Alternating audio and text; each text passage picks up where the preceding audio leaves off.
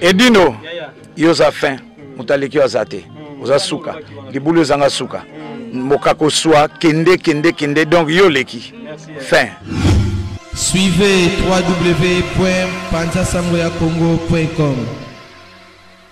Ino image yenda zo panza sango ya Congo babi sango ya Congo ko panza na wapi babi edino image sali image. Bonjour à tous, je suis Aimé Bossitampen, propriétaire de Boss Brother TV. En tout cas, bandeko naza na plaisir makasi na sepeli enfin de Boss Brother TV écoute na satellite. Donc eza na Congo Mubimba sur réseau TNT. Donc mutu nyonso aza na télévision na TNT, décoder à TNT, bolanda Boss Brother TV. Mais bondi menanga te, ba Saint Thomas, collègue nanga bodo, yemo apese la siko.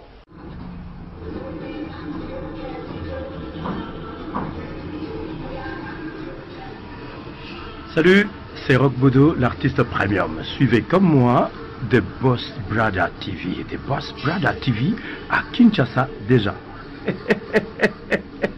We love The Boss Brother TV. The Boss Brother TV. J'espère que Binomo Bomoni, collègue Nanga Bodo, a PCLI. Alors, Bobo Santé, Boss Brother TV est toujours disponible dans le décodeur CPLA TV, canal 121. Tu as toujours dans Facebook de Boss Brother, vous s'abonner. Tu as peine à YouTube live de Boss Brother, mais tu côté sur le satellite Kinshasa. Bonjour, bonsoir, ça dépend de l'heure à laquelle vous nous suivez. Nous sommes branchés sur www.visionnistv.com. La solution à tout, comme je dis plusieurs fois, nulle part ailleurs, ça se passe qu'ici, donc le savoir ne ment pas. Je ne suis pas seul, je suis avec mon collègue. Vous voyez déjà, donc à ma droite, ce beau moni sous qui a mon panji boye, et zande hymne naie, et zalinde qui est cette personne. Donc et d'une image. Yaya. Beno oyo kindi adobi yaya. Donc li boulou ezanga suka donc mikolo. Balobi et d'une image li boulou ezanga suka mukakoswa. Donc 2018 ezali ya et d'une image li boulou ezanga suka. Alors vraiment sans plus tarder, tozana mingi ya kolobana binote comme nous tozaba panzi sango nde tobaka l'église au milieu du village. Tolinto peut savoir une information autour à la source à propos. Il y a frère Nabiso, il y a confrère Nabiso, il y a petit Nabiso, il y a artiste Nabiso, il y a camarade Nabiso, il y a neveu, petit frère, cousin, ami Nabiso, Oyezali, héritier Watanabe. Batebele baebi na héritier Watanabe, mais ngana peut savoir combien ya source ya mboka. Héritier Watanabe, Oyezali artiste Nabiso, jeune artiste Nabiso, jeune talentueux Nabiso. Alors information tous autres personnes balobi héritier Watanabe a été enlevé na Kinshasa. Azaki enlevé dit à quoi vu que information na biso ba congolais et qui n'aura toujours à la voler dans mon PP. Zalaki boizaki alors nous on va vous donner l'information à la source but il y a enlèvement il y a héritier Watanabe et Zalaki dit à quoi. Alors je sais pas frère nanga, confrère nanga, ami nanga, collègue nanga, oba lobby, li boulou ezanga suka et d'une image panza sanga Congo, sozan li kamako baksa concernant enlèvement ya héritier Watanabe avant to pesa bango info à la source tozanango. Merci balandi à toi www.panza sanga Congo ya bino mo panza sanga Congo et d'une image pour ibikaka to mesana ko panzira bino basanga Congo vraiment mingi kolobeza nango te ndeka mon collègue au chikolobana et ça vraiment ndenge to soit qui information. Alors, tu éviter vraiment ce qui est pendant enlèvement, to enlèvement. Mais tu as une information aussi, et outil na source, ne bogoyo kayango peut-être na et pas un déconabiso ya moi si a repé sabinango, mais bogolandango peut-être na ba et vous allez na ba extrait, outil na ba photo, makamtunde golegana rapport nyos bogoyo ka voix vraiment et bandeli ya enlèvement nae ou bien ya kozangane na kati ya mboka est-ce que aza libéré est-ce que aza na mboka to aza na mboka te to pesa bino information à la source to aza besoin ya pesa bino information à la source parce que botika koloba loba ba interprétation inutile ba enlever beaucoup misi ba kamboche ba artiste na kati boche ba politique na kati. Alors sans plus tarder nous allons demander à la régie ba pesa biso information na biso à la source concernant ndeko na biso héritier Watanabe. De son vrai nom, Héritier Bodongo Kabeya, l'artiste musicien Héritier Watanabe fut remarqué à plusieurs reprises avec un dénommé Fiston Palangi. ex-militaire de la garde républicaine ayant déserté l'armée. Et d'après certains dires, M. Palangui avait pour habitude d'intimider et d'effrayer la population avec armes ainsi que son ex-statut de militaire à l'appui. Hier, la police d'investigation congolaise eût été informée du fait que M. Palangui se trouvait au domicile de M. Bodongo, héritier. Une descente a été effectuée, mais, une fois sur place, l'individu recherché avait déjà pris congé. M. Bodongo fut donc entendu et placé en détention provisoire au camp Tchachi de Kinshasa. Libéré ce matin par le service de la DEMIAP, ils ont pu mettre la main sur l'individu recherché. Nancy Odia Paris, merci Cédric Ebalé pour Kinshasa. Balanda panda sangwa Congo Vision News TV nasi bauchi kolanda élément bauchi kotie la bino ezali un certain Fiston Palangi o azalaki bongo ami héritier azalaki aussi kosala na garde républicain. Oui. Donc azalaki en fait ndenge ndewazo bazalaki garde républicain ouais. Donc c'est-à-dire ezali ba soda oyo ba kengelaka mokonzi ya mboka.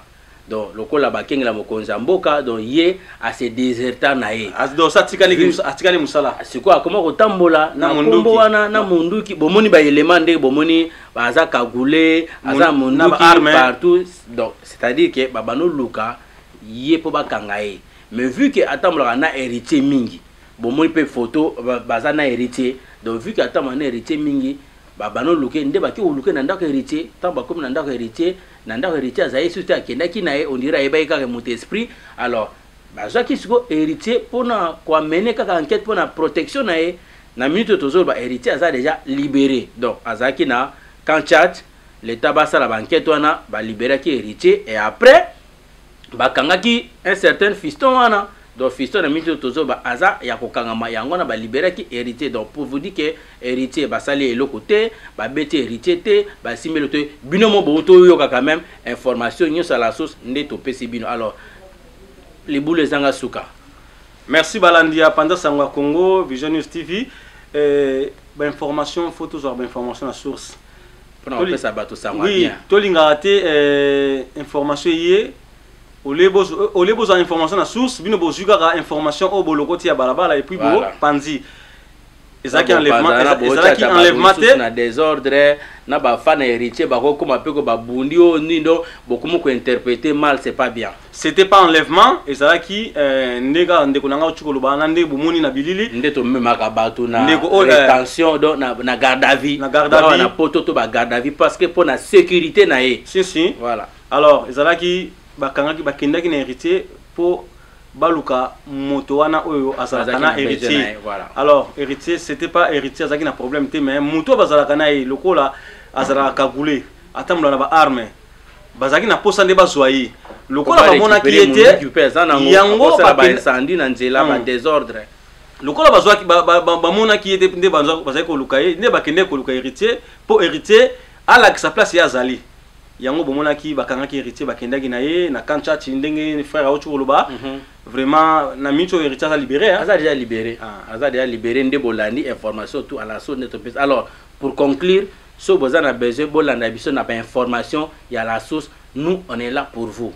Vision News TV Panza Sangwa Congo liboule zanga soki d'une image tozali wana. Alors nous étions derrière la caméra avec notre sœur, notre fille, notre ami, notre collègue, donc Nasi Odia. Donc Odia, moi yepe liboule zanga suka. Yepe 2018 yemota kanya po yak na oza information à la source. Bozoka ba voix kitoko wana. Alors toko profiter au monde bozo mana biso plateau yango yo pour na bino peuple congolais, n'hésitez pas. Vous avez besoin de bino, vous avez besoin de plateau, vous avez besoin de régie, vous avez besoin de biso nde tobaki eza centre pour na bino ba congolais. Boya. Nous avons la 35 boulevard Anatole France, porte de Paris. 83 93 200. 93 200. Voilà, la porte de Paris. Voilà. Donc comme la porte de Paris en tout cas, Serge Kabango a référence. Vande connaît sur Serge Kabango référence. Alors porte de Paris, 35 boulevard Anatole France. Ça va la solution à tout ça là tout. Moutaza a besoin de flyer, affiche, oh Nulle part la solution hein. La solution à tout. Restaurant Ewaka chez Maman Jeannette au numéro 7 du boulevard de Brandebourg à Ivry-sur-Seine. Confère place Gambetta à Ivry. Un restaurant africain de proximité spécialisé dans la cuisine africaine. Ouverture tous les jours dès 13h à minuit. Accès facile, RRC, station Ivry, prendre bus 125, 180, 323 ou 325, arrêt Gambetta. Un accueil chaleureux dans un cadre convivial nous propose des mets variés pour tous. La cuisine africaine à l'honneur, des plats préparés à la demande, à consommer sur place ou à emporter. Du poisson, malangwa braisé ou liboké, poulet braisé, des brochettes, mori makayabu, cabri ntaba braisé, liboké ngoulou, mafé, accompagnement, banane plantain makemba. Restaurant Ewaka, Loboko ya Mama. Ma Jeannette à Lamba. Tondimi Yango.